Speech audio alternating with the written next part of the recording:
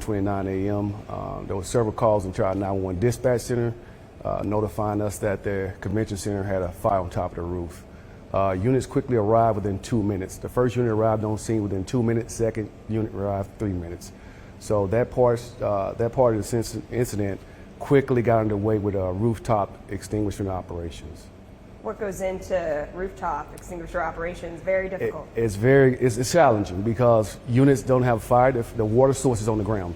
So therefore they had to connect to the actual fire department connection at the Raleigh Convention Center and take all the hoses and equipment upstairs to the rooftop, connect to the stairwell, and go up to the top and fight the fire from an operational standpoint from the top of the roof.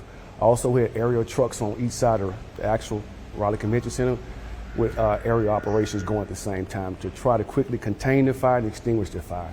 The fire was on the platform of mechanical HVAC system that had a gas line feed to it. So therefore, they had to contain the gas line to get the gas cut off, but we had to contain the flame so it wouldn't spread. You were talking about the difficulty of a rooftop and also the size of the convention center itself. That's correct. The challenges were they quickly got there to help mitigate this fire, but there are a lot of challenges. Number one, the water, the amount of personnel, and the amount of available equipment. So we were lucky that the first station closest to the Raleigh Convention Center was in quarters in-house. So that made a big difference of getting an adequate amount of personnel and equipment to the location to quickly mitigate that incident. How long did it take for the fire to get under control? From the time of dispatch, you're looking at roughly 25 minutes, the fire was contained and extinguished. How many firefighters total responded to the station? Absolutely. This fire went to a third alarm. We had roughly 61 personnel on scene actually working that particular fire. I can't thank the Raleigh Fire Department enough for the work that they did. Being that's a city asset, was able to quickly contain that fire and extinguish it. Also, I have to say a special thank you to the Raleigh Police Department, Wake County EMS, and the SBI who responded to the incident as well. So the flames were very visible on the roof. How are you able to identify that it was just up there as opposed to other parts of the building? Well, units that were upstairs doing rooftop operations, we also had units interior also doing primary search to make sure the fire didn't get any void spaces and damage the interior. So there were no interior damages from assessment we saw, only rooftop operations that conducted that show we had mainly roof damage. Hold on, I can't. Okay, go ahead. Good, okay. I actually lived downtown, heard all the fire, came outside, started to smell some of that smoke. Obviously, it didn't smell like a regular bonfire, like no scent to it. When crews were on scene, did they smell any natural gas? Did they smell anything weird on the rooftop at all? No, only when the incident commander and the units got out on top of the roof is when they realized that there was a natural gas feed. Because when the first hand lines were open, they realized the fire wasn't going out, so it's a natural gas feed. So they actually went to operations to contain the natural gas and requested the natural gas be cut. Any initial signs, like immediate signs of what could have caused the fire when they got on the scene? Not at that moment, no. And do you have any sense of the extent of damage to the convention center or any information? Roughly what I know of as of today, the rooftop, roughly $2 million in damage just on the rooftop alone. Yeah, I mean, this is a huge center that hosts a lot of events. Where does the investigation stand right now? What are you doing today to ensure that it's safe for future events? Well, that's turned over to the city building engineers. The Raleigh Fire Department's main concern was containing and extinguishing the fire, and that's turned over to building engineers. We hear a lot about with continued growth and high rises, how does the fire department train for these rooftop events? Can you talk a little bit more about the training that goes into it, how you respond to it? That's a great question. We train on high-rise scenarios throughout our year. We know that this city is changing, developing quickly, and we're not growing out, we're growing up. So therefore, we have the necessary equipment and personnel to train. The truck that you just saw leave, the aerial truck, is designed for high-rise rescue. So we train roughly monthly on high-rise scenarios, just like what you saw. So you said city engineers are going to be the ones who are determining whether it's safe. What are your crews doing here today? That's correct. My crews are not out there. That's building city building engineers. Okay. They'll do a structural assessment and give that report to the city as well. And then, how do you make sure your crews are safe when they're on a rooftop? Sorry, I know that it's going down right now. You know, fighting a fire like this, you're on a roof. I'm sure there are concerns of structural collapse. How do you make sure that you're safe and taking? Well, this? we have incident safety also on location doing an assessment, 360 assessment around the building while they're doing fire operations. There's a lot goes into tactics and strategies, but at the same time, we do a structural assessment. We know that we have to be on top of a roof for a certain amount of time before the roof could potentially compromise. So therefore, we did cut membrane on the top of the actual convention center and quickly realized there was a stable platform.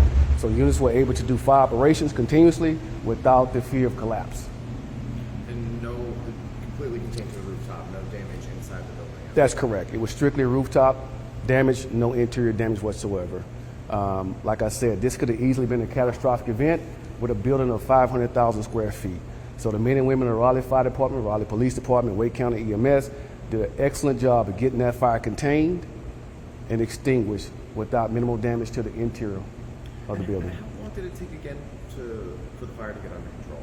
25 minutes from the time of dispatch, yes, sir. It was rainy last night. Did that impact your operations at all? Not at all, not at all. What about the cold, the water and everything? 'Cause it was a cold night last night. It was a cold night, but so there was no water issues. Like I said before when we were speaking earlier, the fire department quickly got there and recognized this as a high-rise building, and they connected to the fire department connections, went up to the floor below the fire, connected to the standpipes, and went to the operation floor of the roof and had firefighter operations going on at the time. 61 personnel from how many different stations? Roughly 3 alarms. You're looking at probably about 20 plus stations. And the fire was started during construction, is that? That's still an investigation. We don't know. Yeah. And was it primarily just a gas leak that we were, when we saw those flames, is that all coming from The flames tank? you saw were fed by natural gas feed, yes. Yes. Anything you think we're missing here that was really important when we're talking about fighting this fire, extinguishing it? From an operational standpoint, like I said, I think we got a chance to see the whole gamut of what it looks like from public safety. From the 911 calls to processing the call, stations being dispatched, response times, and fire under control. That is a full wheel circle of what you see when they say public safety. From 911, it's not just fire. It takes a joint effort, collaborative with many different departments to make sure this is under control and we save the city building. And state fire marshals were handling it, or city fire marshals? City fire marshals and SBI both on scene. It's crazy when you have a fire at a place so public like the convention center that a lot of people use, and you all see fires every single day. Was this one a little different for you all? Well, actually, when I saw the actual page, I was like, this can't be right. But I quickly got on a phone call and realized that it was a convention center. It was an actual working structure fire. I guess this is seriousness. There was an event there earlier that evening, right? And I mean, when a building that has so many people in there, I mean, what's the seriousness of something like this? That's a great question, because if that building would have been occupied, we'd have fire operations going with evacuations. So therefore, we got on locations. Units did identify that there were no occupants inside the building. Security confirmed that, so we didn't have to do any evacuations prior to fire operations being conducted. What do you anticipate to take place in the meeting that you're heading to shortly? Well, hopefully it's accolades of what our public safety did each and every day. We go out and serve the community, and I just want them to know that the fire department did an excellent job, which they do every day, of performing to the highest level. We provide the city of Raleigh with a professional level of public safety.